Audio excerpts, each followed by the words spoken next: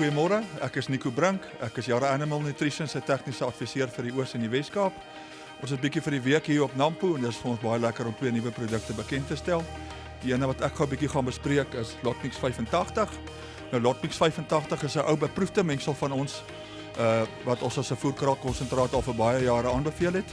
Die lekker ding wat ons gaan doen is dat ons dit nou self gaan meng het, vir die mense wat normaalweg self meng en nie die risiko wil neem om met rou urium te werk net ons die produk gaan klaar meng met die byvoordeel dat ons 'n groeibevorderaar bygesit het. Die lekker ding van die groeibevorderaar is dat dit ook jou opblaasrisiko verminder.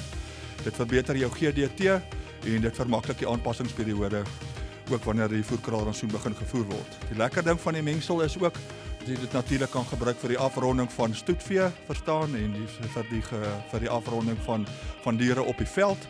So ja, veral tydens back and claw is dit 'n gepaste mengsel of 'n gepaste produk om in die mark in te druk en wat ook lekker saamwerk met die lae mieliepryse op hierdie stadium. Ons kan ook vir plante die rantsoene aanpas, verstaan, op grond van die rifoer wat beskikbaar is.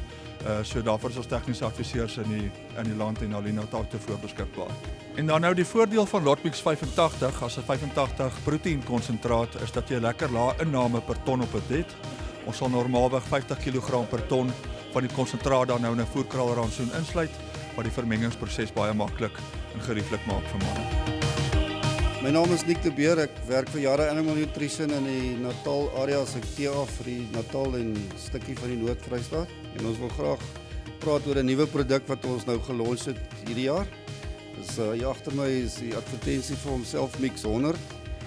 Dit is 'n winterlek konsentraat wat ons gebruik om verskillende winterlekke te meng. Ons kan nou die lek meng met sout om net 'n onderhoudslek te maak, of ons kan mielies bysit om dan 'n energielek te maak of 'n produksielek.